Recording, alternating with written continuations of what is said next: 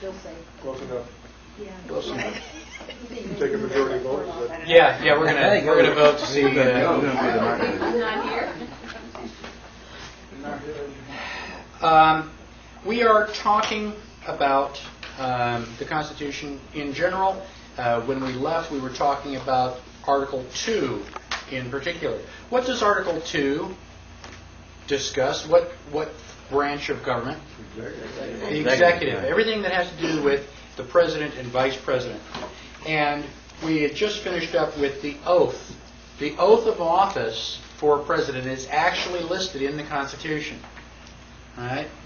Now, the president can be impeached for treason, bribery, high crimes, and other misdemeanors. All right? Now, one of the things that the presidents throughout history have been doing is they have been writing executive orders. Now, the first president to ever write an executive order was George Washington. Now, an executive order is for the people who work for him at the White House. It's like order more paper clips. No starch. That's an executive order. Right? Since then, presidents have been using executive orders for a whole lot more than that. Now, let's just pick on Bill Clinton because he's an easy target.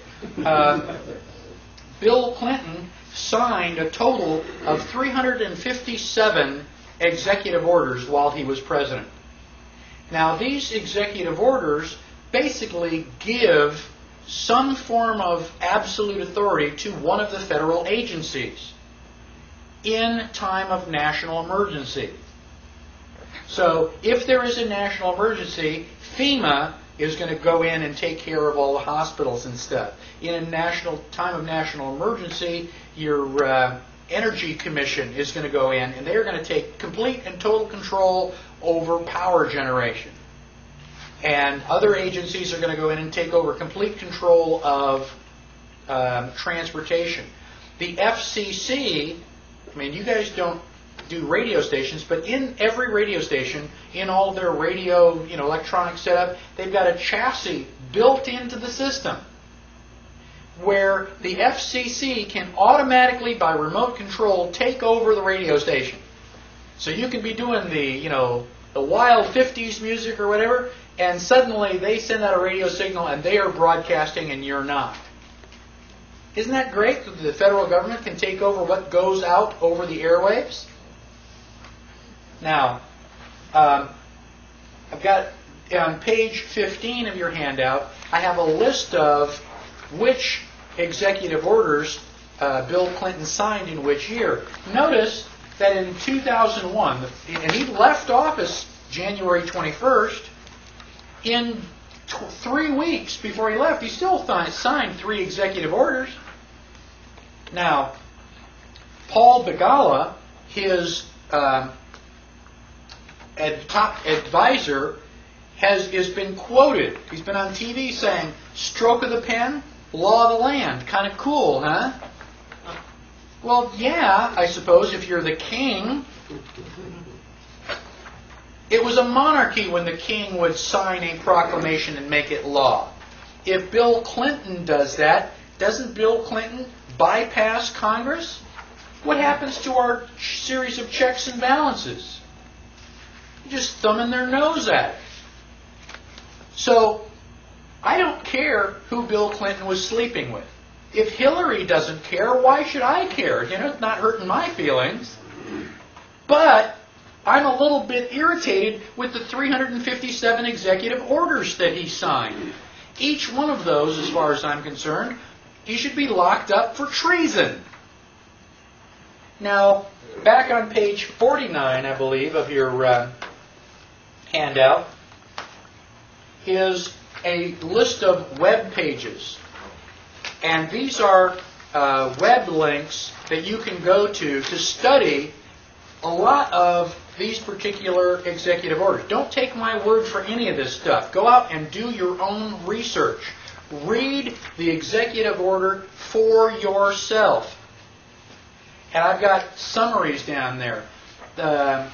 11,490 assigns emergency preparedness functions to federal departments and agencies.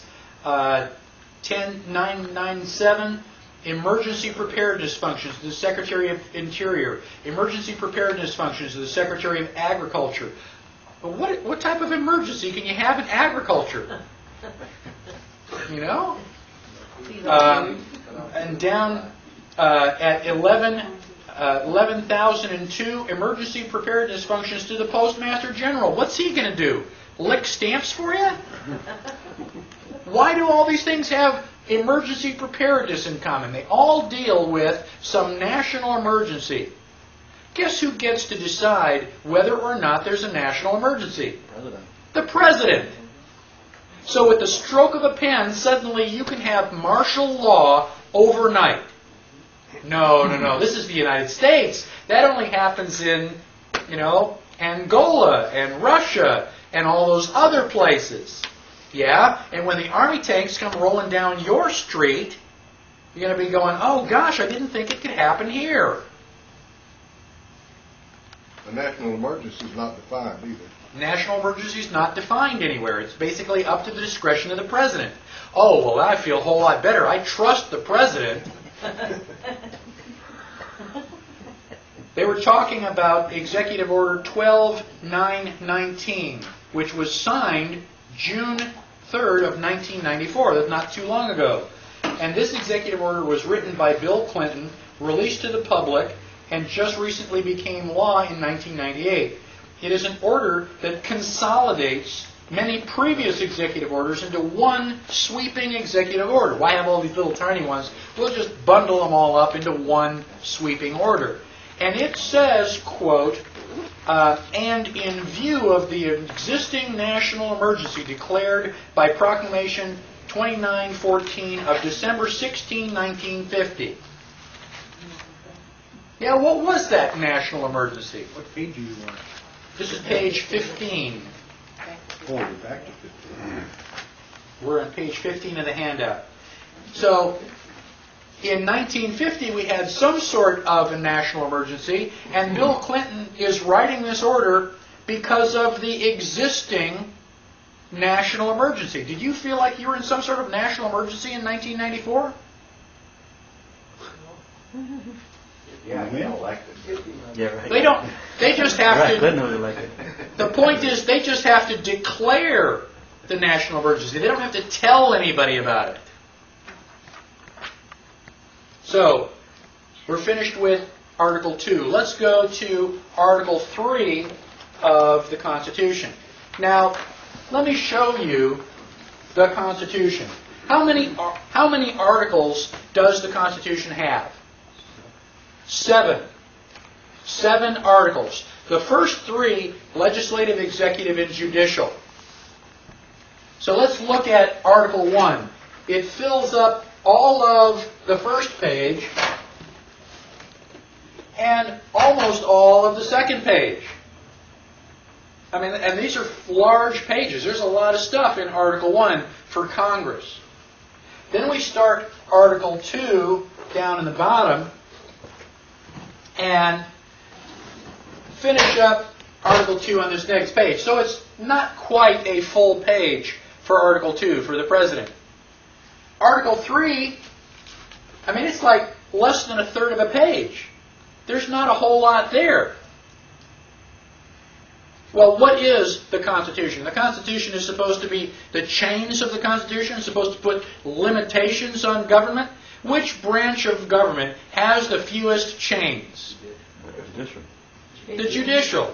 Which one do you think is most hazardous to your liberty? Judicial. Now, open up your book on the Constitution to page 31. You'll see the beginning of Article 3.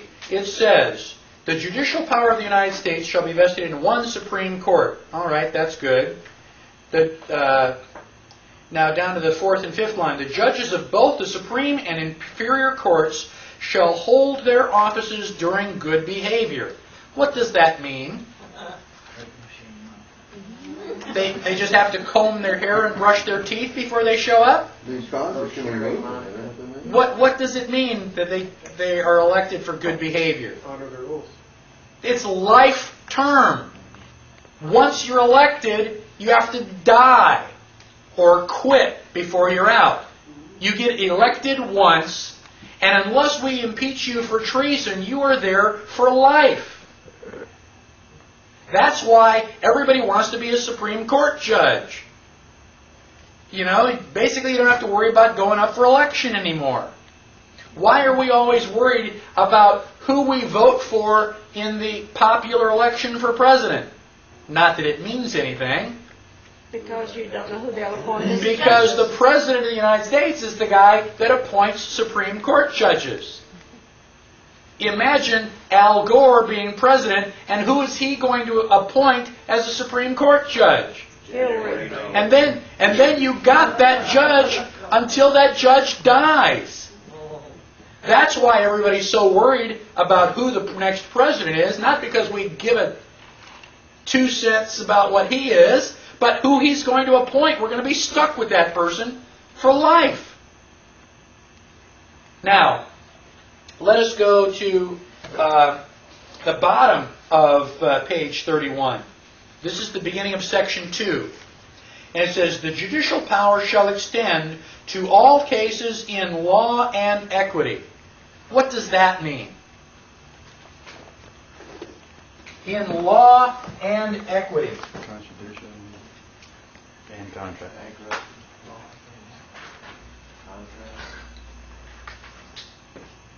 Sounds like it means criminal and civil property, yeah.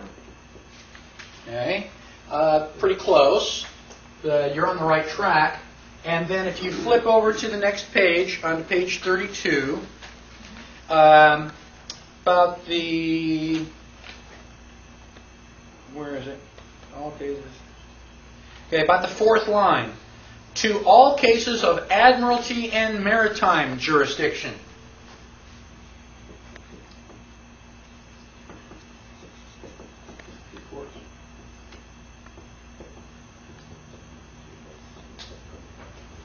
Okay.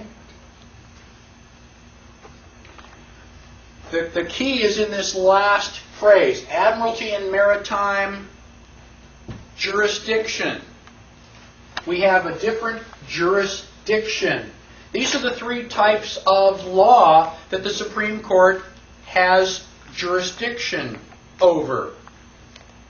We have, the Constitution is the supreme law of the land. But that is only common law.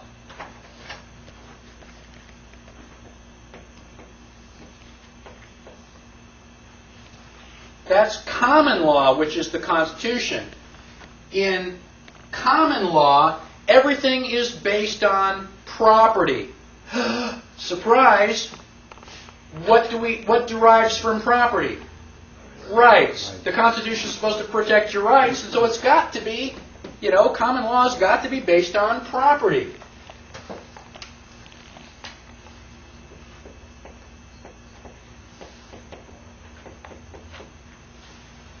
So if you run over my mailbox, and that's my property, what has to happen? You have to restore my property. Instead of me beating you over the head with a baseball bat, you come over and fix my mailbox. As soon as you fix my mailbox, we're friends again. Right? There are two laws, or two aspects to common law. Don't mess with anybody's property, and do what you say you're going to do. That is where criminal law and civil law derive from. So, I've got criminal cases and civil cases. Again, criminal is based on the violation of property. Civil case is based on a violation of your word. You promised to do something, I was going to pay you, you reneged on the contract, and so I take you to civil law. Now, just briefly, let's flip ahead to the Fifth Amendment. That's going to be on page 44. The Fifth Amendment is on page 44 of your Constitution, and the second to last line, it says, shall not be deprived of life, liberty, or property without due process of law. What is due process of law? You get your day in court? Is that due process? If I've got this kangaroo court over here, I'm in West Virginia, and yeah, I've got all my brothers and sisters on the jury. You want to go and sit in my court? Is that due process? No. Due process means that you have common law, equity law, and admiralty law. Those are the three types of law that the Supreme Court is authorized to preside over. And they are different. Just like baseball, football, and basketball are different sports. They're all sports, but they are different sports. You don't stand on a baseball field and go, touchdown! People, what are you talking about? That doesn't make any sense. Here, someplace else, that may make perfectly good sense. You have to know what playing field you're on. Now, common law is all based on property. If I haven't damaged any of your property, or you can't show me a contract that I've reneged on, you've got nothing. You can't accuse me of it, or you can accuse me, but you can't put me in jail for anything. Now, what if you're in your car, I'm in my car, and we intersect, unfortunately, out on somebody else's property? Where's the property damage? Did I violate your property or did you violate my property? Well, it's kind of both at the same time, wasn't it? There's no clear property distinction. I can't say this was my mailbox. There is no defining line, no defining property line. So, common law really cannot apply. You can't say this was my property and not yours. That is where equity law comes in. Under equity law, the judge has arbitrary power. The judge can decide what the result of the case is.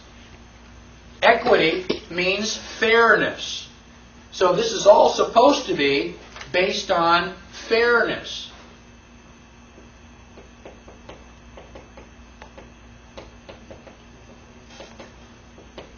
Defined by who? The judge. So, I mean, if you like the judge and you trust him, that might not be so bad. But, you know, if you don't trust the judge, you may be in for a real rude awakening. Now, if it's not going to be in equity court, then you drop down into admiralty court. What does admiralty and maritime make you think of? Water. All right is based on property. If I go out onto the ocean in my boat, who owns the ocean? Nobody. Nobody owns the ocean. There's no property. There's no land. I can say, this is my land, and the land's not going to move. But the tide comes in, the tide goes out. You know, nobody owns the ocean. And so you have a completely different body of law. When I go out onto a sailboat, I've said this several times. I don't know if any of you are sailors. Has anybody here heard the expression that the captain's word is law? Okay? It's not a euphemism. It doesn't mean, oh, the old man's just grouchy till he gets a second cup of coffee. It means the captain's word is law. It doesn't have to be right. He just has to be the captain. When he goes out into the ocean in his boat, he has a 40-foot floating country, or however big his boat is. It's his country, and he is a dictator. End of story. He doesn't have to be right. He can throw you in the brig for anything he wants. You have your hair parted on the wrong side. Now, if I'm floating out there on the ocean in my boat, and I find another boat, and there's nobody on the boat, who owns it? The captain. The captain. This is called, what is this called? Salvage rights. Salvage rights. Thank you. It's another senior moment. Okay? It's salvage rights, finders, keepers. I found it, nobody else claimed it, it's mine. End of story. Is that the way we do things on land? No. This is the law of the sea.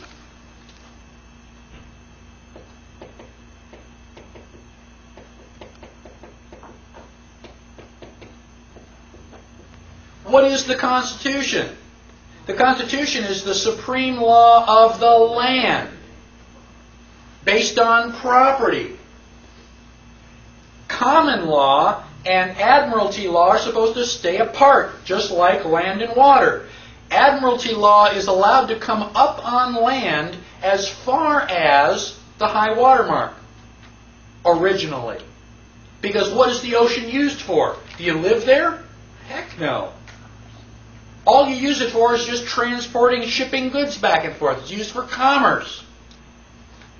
So anybody who had a ship out on the ocean, you were selling stuff or taking it somewhere to be sold. Now, when we had the United States is different. We've got the Great Lakes. England doesn't have any Great Lakes. We've got all these rivers that England doesn't have. You can send your ships up and down these rivers inland. Well, gosh, that doesn't make any sense anymore. We can't say law of the sea, so now it is really the law of commerce. It's not so much where you are doing it, as what you are doing. So you've got three bodies of law that the Supreme Court can adjudicate. Common law, equity law, and admiralty law. And they're different. Right? Now, are those the only bodies of law? No. Those are the only ones that the Constitution acknowledges. So we can have, these are constitutional laws. Anything that is specified by the Constitution is constitutional. Anything which is prohibited by the Constitution is unconstitutional. What if something is not specified but not prohibited by the Constitution? What do we call that? Administrative. It's extra constitutional.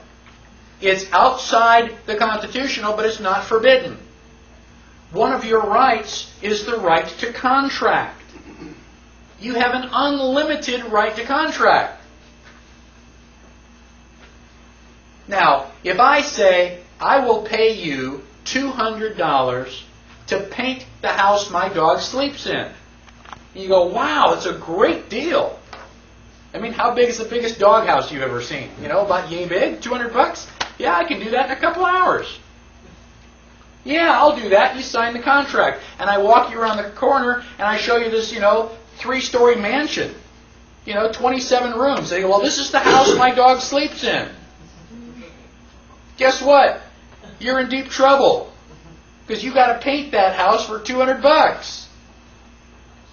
Was that a good contract? No. Is your right to contract unlimited? Yes. That's why they say, read the contract. They're not kidding. Now, that's common law, admiralty, and due process. Like I said, you have a right to common law process. The only time they can move it down is if the distinction of property is not clearly defined. Now, if we move to page 16, okay, Marbury versus Madison is a Supreme Court decision. It is a very important Supreme Court decision. Good and bad. Okay? The good news is that the decision of Marbury versus Madison in 1803 says, certainly all those who have framed written constitutions contemplate them as forming the fundamental and paramount law of the nation. And consequently, the theory of every such government must be that an act of the legislature repugnant to the Constitution is void. If it's unconstitutional, it was never a law to start with. That's the good news.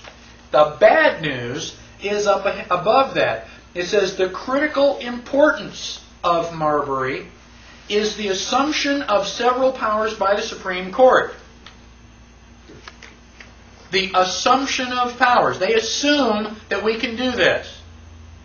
Prior to Marbury versus Madison, who decided what is and is not constitutional? Well, the question never came up. It's not listed in the Constitution. Article 3 is very short. It just says that there is a Supreme Court. It doesn't say what they can or cannot do. And so John Marshall said, well, we're the Supreme Court. We are going to decide what is or is not constitutional. Okay, everybody just kind of went along with him. They didn't have a better idea. So now, let's pretend, just for a minute, that the Supreme Court decides that the First Amendment does not give you a personal right to freedom of religion. You only have freedom of religion if you are Catholic, Protestant, or Jewish. Is that right? The Supreme Court said so. Does that make it the way things are? No! You have to remember, the Constitution says what the Supreme Court is. The Supreme Court does not get to say what the Constitution is. That would be circular logic. Who decides what is or is not constitutional? We the people. Who created this thing in the first place? If we decide the Supreme Court is out to lunch, it's up to us to correct it. There's no formal way to do that, but we can amend or abolish the Constitution anytime we see fit. Well, let's rewrite Article 3. So, I've just gone over constitutional, unconstitutional, and extra-constitutional. Extra-constitutional is not specified nor prohibited by the Constitution. It is basically just in addition to. Now, there are some ideas that came about because of all this shipping. You're in England and you ship all your stuff to North America, and all the people buy it and pay you in gold, which is the only thing they would pay you with. And your boat is coming back to the United States, or to England from the United States, with all this gold. What happens if the boat sinks? Salvage rights. Well, yeah, salvage rights. Anybody who can get the gold, it's yours. It's laying right down there where the Titanic is going to be. That gold is lost forever and ever and ever and ever, for all intents and purposes. So what they did was they set up insurance companies where you had limited liability. You have several shipping companies, and if my boat sinks, the other shipping companies are going to help me pay for it, so that I don't lose everything that I had with that one boat. Now, the bad news is that if one of their boats sinks, I've got to chip in money to help pay for theirs. That's limited liability. Now, in order to have that, you have to have a contract. And only under contract can you compel performance. If the Constitution protects your rights, is there anything there that says you got to come over and cut my grass? Can I force you to cut my grass or do anything for me, without paying you under the Constitution? No. I cannot compel performance unless there's a contract. So basically what they've done is they've set up contract law. Now, these concepts are very, very deep, and I have nearly enough time to cover them. However, I strongly recommend that when you continue your research, you continue your research on the various types of law. And if we flip back to page 16, the second paragraph there, if you want to understand the difference between common law, equity law, and admiralty law, I strongly recommend that you go to the internet, to this ptialaska.net, and read the USA, the Republic is the house that no one lives in. It is a 58-page document that you can download for free. Don't give me, oh man, 58 pages? Oh, that's a lot. Okay, don't read it and let your liberties go down the toilet. Liberty is not going to be easy. Reading a 58-page document is the least of your worries. And it is at the very least that you can do to protect your liberty. And that will give you a very, very clear understanding of the different forms of law and how much of this derives from Roman civil law, where you have no rights.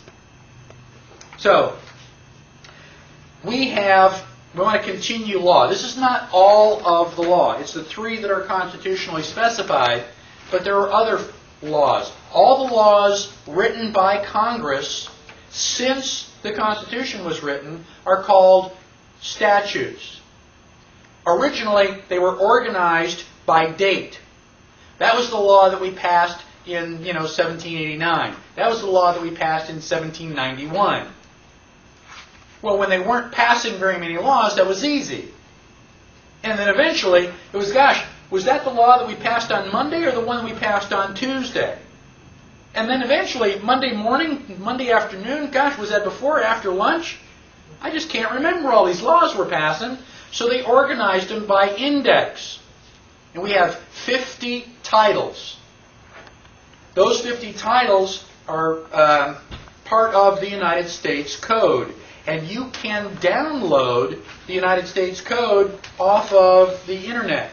And I give you a website on page 18.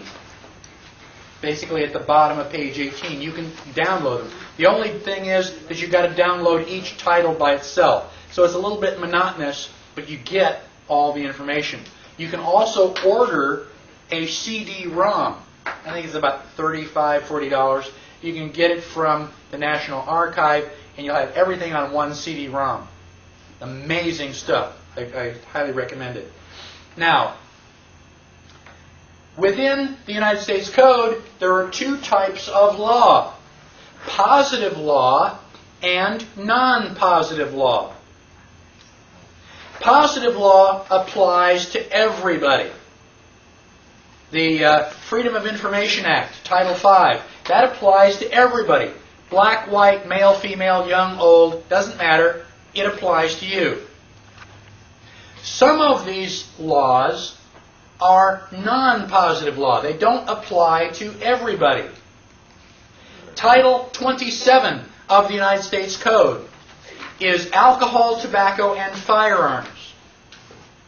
Now, if you distill alcohol, or grow tobacco, or build guns, you fall under alcohol, tobacco, and firearms. And you have to pay special taxes. Anybody here distill alcohol? Grow tobacco? Build guns for a living? Okay. Well, if you don't do any of those things, then Title 27 does not apply to you.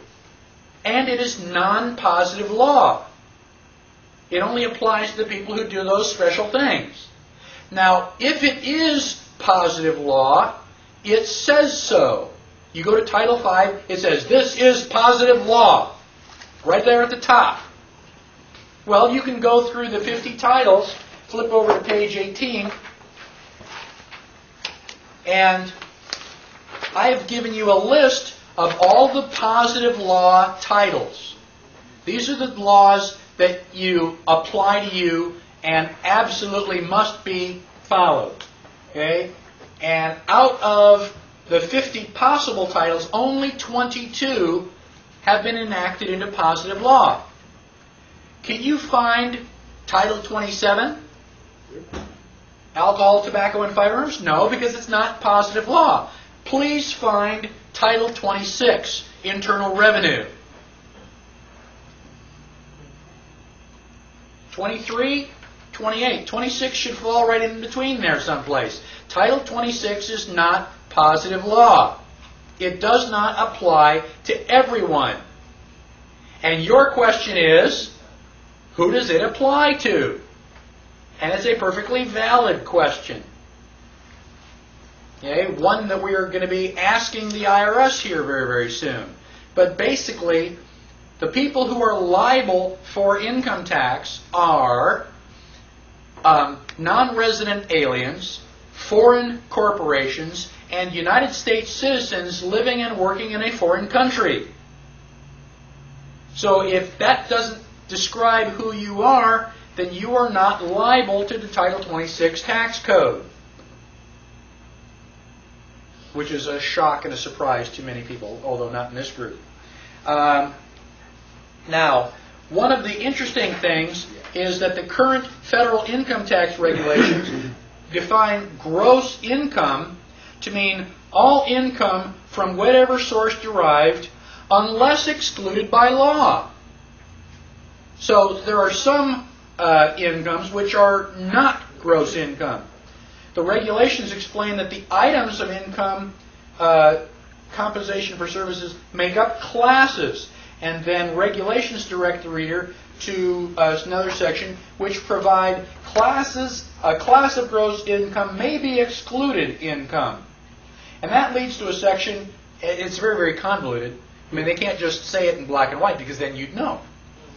They've got to go jump from here to there and make it really complicated. But eventually you find out that this leads to a section where the types of income that are not considered to be exempt, eliminated, or excluded are listed. And the list only includes income from certain types of international and foreign commerce. How many people here are doing international or foreign commerce? I didn't think so. So, what you can do, for those of you who are interested in this, you can go to page 52 of the handout. And I have a long list of websites that you can do research in or at, establishing basically what the tax code is, what it says, and I'd like to repeat the 3 rules listed over on the side. Principled American who decides to exercise his or her rights in the face of government should be careful to pay attention to 3 rules. Rule number 1, protect your property. Rule number 2, get educated. Then rule number 3 is take action. Do not do them in the reverse order. The government does not play fair. They do not play nice. If you are going to do this at all, be prepared for the ride of your life, because it's going to take pretty much all of your energy. Now, most of the law here in the United States falls under the Uniform Commercial Code, the UCC. Now, uniform means the same, or, basically everything is alike. What they did in the early 1930s is to take equity law, where the judge has an arbitrary decision, and admiralty law, and combine them together into the UCC, uniform. So that equity and admiralty are now the same. That makes everything a lot more convenient, doesn't it? Convenient for whom? Convenient for you? No, the people who were taking advantage of it. This is Uniform Commercial Code. What does commerce mean? Trade. Trade, contract. And code is not law, necessarily. It's, it's convoluted. It's cryptic and it's hard to understand. Now, under common law, the presumption is that you have rights, unless you voluntarily waive them. All of your rights are protected except the ones you give up. Under the Uniform Commercial Code, the opposite is true. Under the Uniform Commercial Code, it is assumed that you have no rights unless you explicitly reserve them. say, oh, by the way, I've got all my constitutional rights. Oh, by the way, I have freedom of speech. Now, how do you do that? If you are in a Uniform Commercial Code contract, you need to go to Section 1, Clause 207, which is defined on page 19. UCC 1-207, performance or acceptance under reservation of rights.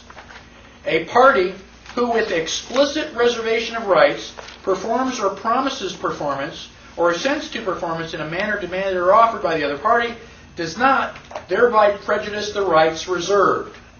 Such words as without prejudice or under protest or the like are sufficient. So you just have to say out loud or in writing that you are reserving your rights. Now, why do they have to do that? They have to do that because any body of law, in order to be valid, must have two items: remedy and recourse. Remedy means that you are able to get out of trouble once you get into trouble. So if you're going to put me in jail, if I broke something, I've got to have some way I can fix it. Anybody hear of debtor's prison? Debtor's prison, you owe me money. Well, I'm going to put you in jail until you pay me my money back. You're in jail. How are you going to go out and get any money? Well, that's your problem. Kind of a catch-22, isn't it? And so you just had all the prisons just filling up with all these people who couldn't pay their debt, which is now completely and totally illegal. Now, under... the other option, the other thing that law must have is recourse. You have to have some way to stay out of trouble in the first place. It's like, okay, just tell me what I have to do so I don't get put in jail overnight in the first place. And that's recourse. And that's what UCC 1-207 is. They've got it all the rules are set up so they win the game. Mostly because we didn't tell you the rules. Is the UCC unconstitutional? No. Is it specified by the Constitution? No. It makes it extra constitutional. It is out there in addition to the Constitution. Do you have a right to sign contracts under the UCC? Yes, your right to contract is unlimited. You can sign any contract you want. You just have to know that you've done it. And they're not telling you. Now, what generally happens under the UCC is something called notice and grace. I have to inform you of what's going on, and I have to give you some time period for you to respond. So I send you a letter. Dear Joe, you owe me $1,000. Love, Mike. And I mail you this letter. You go, $1,000?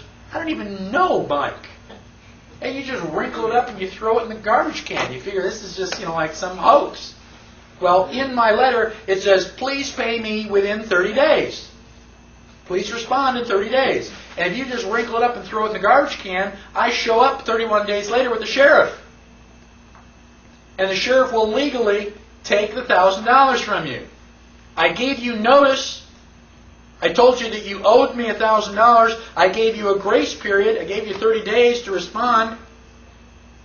Well, you didn't respond, so it must have been true. So your response is always, always respond.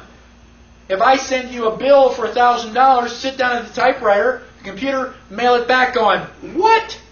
I challenge that. What you can do is refuse without dishonor. You say, I don't owe you anything. Now whose job is it to prove that I gave you some sort of service? It's my job. That's what the IRS does. The IRS sends you a notice. They give you 10 days to respond. If you don't respond, you must be guilty. Don't be afraid of the IRS. Just write them a letter back within the first 10 days. challenge their authority. Say, no, I don't owe you this money. Prove it. Oh, well, gosh, that's going to be a heck of a lot harder. Gosh, if you want us to prove it, then we're not going to be able to collect the taxes. Good. Doesn't that more often cause of, okay, we need to audit you to prove it? And that's my fear of all that. What's your Fifth Amendment right? Go ahead, audit. I've got a Fourth Amendment right to be secure in my person's, house's, papers, and effects, and a Fifth Amendment right not to incriminate myself. I've got my, checkbook and stuff. I don't have to give it to you. I don't even have to sign my 1040 form. If I sign it under penalty of perjury, must be true. Well, if I don't sign it, let me see. I don't have to give you, the government, anything that you can use to put me in jail. If I sign my 1040 form and give it to you, can you use that to put me in jail? Yes. Then I don't have to sign it. If you show me, Judge, how I can sign that without giving up my Fifth Amendment rights, then I'll sign it. But they can't do that. Bill Conklin has a website, and he did that, and the judge says, I cannot rule on your case. He didn't say you have a lousy argument. He just said, I can't rule on your case, because if I do, it's going to completely flip, the whole economic system. Oh, so my rights are going to be violated because it's going to be embarrassing for you? That's what's going to be happening in a couple weeks when we, bring the IRS. We are doing an IRS audit. Bring in your paperwork. You show us where the law says we've got to pay this cash. Now, I think the IRS is on their way out. The IRS, by its own statistics, say that 1 out of 5 people does not pay taxes. We've stopped volunteering. It's about time. 98%? And it took us a while to figure it out. Is that 1 in 5 that should, or 1 in 5 period, including kids and everybody? I think I don't know the exact statistics. I think it is 1 out of 5 people that the IRS claims should be. Okay? Because if you go by my statistics, everybody who's paying taxes shouldn't be.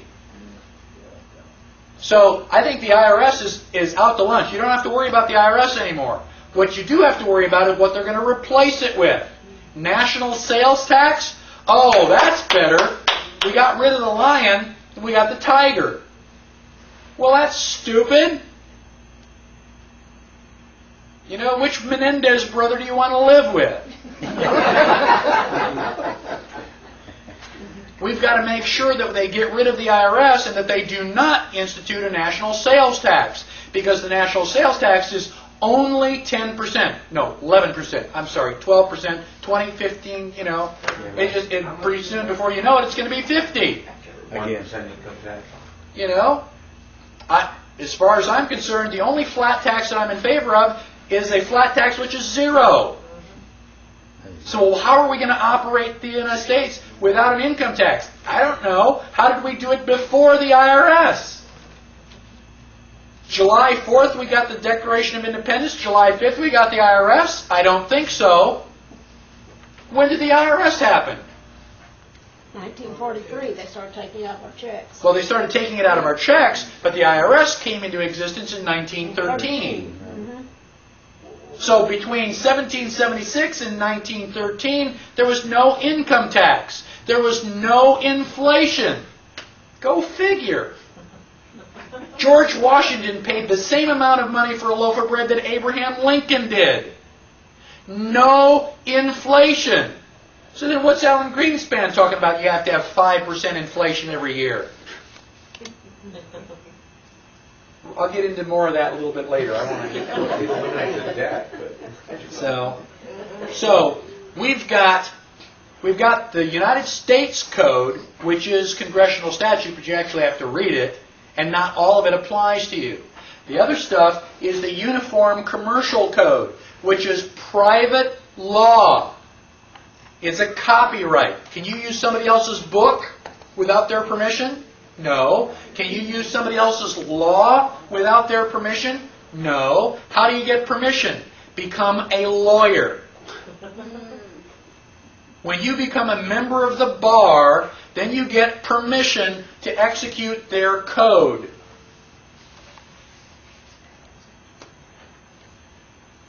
Now, I've also got a site here on the web internet where you can go and download the Uniform Commercial Code for $5.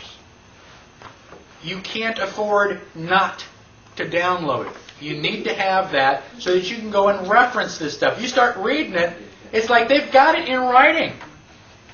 And you go, I can't believe it's in print. But it is. It's law. It is a law, and you volunteer into it. How do you volunteer into the Uniform Commercial Code? Anybody spend these? Anybody recognize this? Mm-hmm. What is this? It's a note. It's a note. Every time you spend one of these, you are automatically de facto under Uniform Commercial Code. Now, what is common law? Common law is based on property or land. Now, when you are under property, your economy is quid pro quo. That is Latin, which means something for something. You gave me silver, which is something. I gave you a book. That's quid pro quo. If I give you, you have an apple, and I want to buy your apple, and I say, well, you know, I don't have any money on my, would you take an IOU? And you go, well, okay, yeah, you look like a good guy. And you give me the apple, and I give you the IOU. Have we completed the transaction?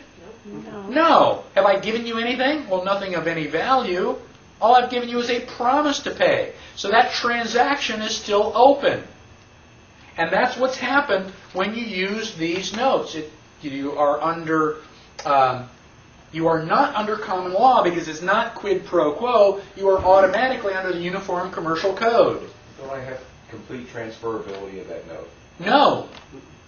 No, not at all. Okay. And we're going to get into that in a little bit more If detail. you buy property and you say, I want your property, and they're willing to take Federal Reserve notes, isn't that? Well, that's why you never own it. No, but they're willing to take those.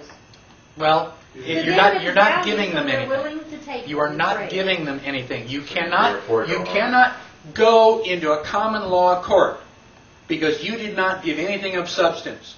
When you get your manufacturer's statement of origin, I would give them silver. But when I bought Or- my property, and I gave know what them you're Federal telling me. Reserve notes, they said, great, it's yours. But you You give didn't up buy your your rights. property. You don't own it in you a don't own allodial it. title. You don't own it. You don't own it. 21 silver dollars plus that bar. We'll talk a little bit more about it when we get to the Federal Reserve. I mean, that's a whole special topic. Any questions on Article 3 and the different classes of law? I do have a question. On page 17, your definition of positive law. Yes. Now, when I was researching that recently, I understood positive laws to be all those laws that have been reviewed in the code, that they're as close and complete as the statute was, so they're considered positive law. Okay. However, not all of the code has been researched and can be said that they're complete with the statute. Okay. Okay? So those are not positive law. Okay. Didn't have anything to do with who they applied to. Okay. Which, when I read this definition, Well, I'd like to see your definition because I'm always willing to learn. I mean, there's stuff that I can be telling you that's wrong. I'm not deliberately giving you any bad information. I just don't know everything. well, like you have this definition here about a positive law title is one which. Well, I've gotten that Is that out your of definition? Or I've is gotten that it out of the- Black's. The top part is Black's law. The bottom part is my interpretation Okay. and understanding of it. So you're saying that you understand it that the statutes have been repealed, No, a statute is law. right? Code is a reflection of the statute. That's why it's prima facie. Right. It's not exact. It's not exactly. And so whatever the code says, you got to trace that back to the actual statute. Right. Now, the United States Code is statute. Now, all of the titles are statute law. It's not that way. code. You have to have an enabling clause and an effective date. Right. In positive law. Okay? But there is a difference between, whatever the difference is, you know, there are differences, and not all of the titles apply, are like positive law. So your definition, I mean, I don't know how I would interpret that. How does that apply to Well, me? like in Title 26, they have, whoever, and I did read who they've empowered to go through and research this, has not gone through all of Title 26 and can say that each section accurately reflects the statute that was passed. Now, what is the statute? But see, when you look through the code, because it's not positive law, to really know what the law is, you have to go to the statute. It has no enabling I'm statute. asking you, what No, is each- the statute? But sections of the code reflect statutes, different statutes. Supposed to. Okay, Yeah, it's a supposed reflection. to.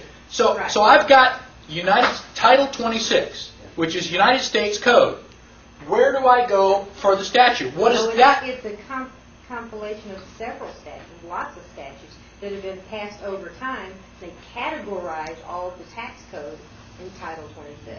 Okay. All the different statutes over all the different years just get Okay. categorized in Title 26. Well, So you I'll can research look that. them up. I'll research that a little bit deeper. Yeah, Michael, I'm not sure, and I'm not trying to speak for Renee, but I read the same thing, and where I got the information, I was on one of the legal websites that ties into the government site where the U.S. Code is listed, and this was it contained in some general I information think on that's one. probably where I read it. Yeah, I read a lot of those.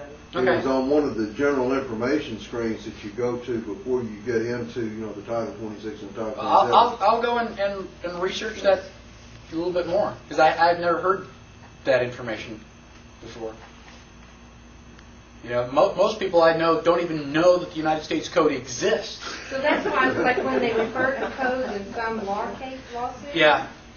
if it's already positive law, then there's really no sense in going and looking at each individual statute. Right. They've already proven it's Okay. accurate. I mean, that sounds plausible.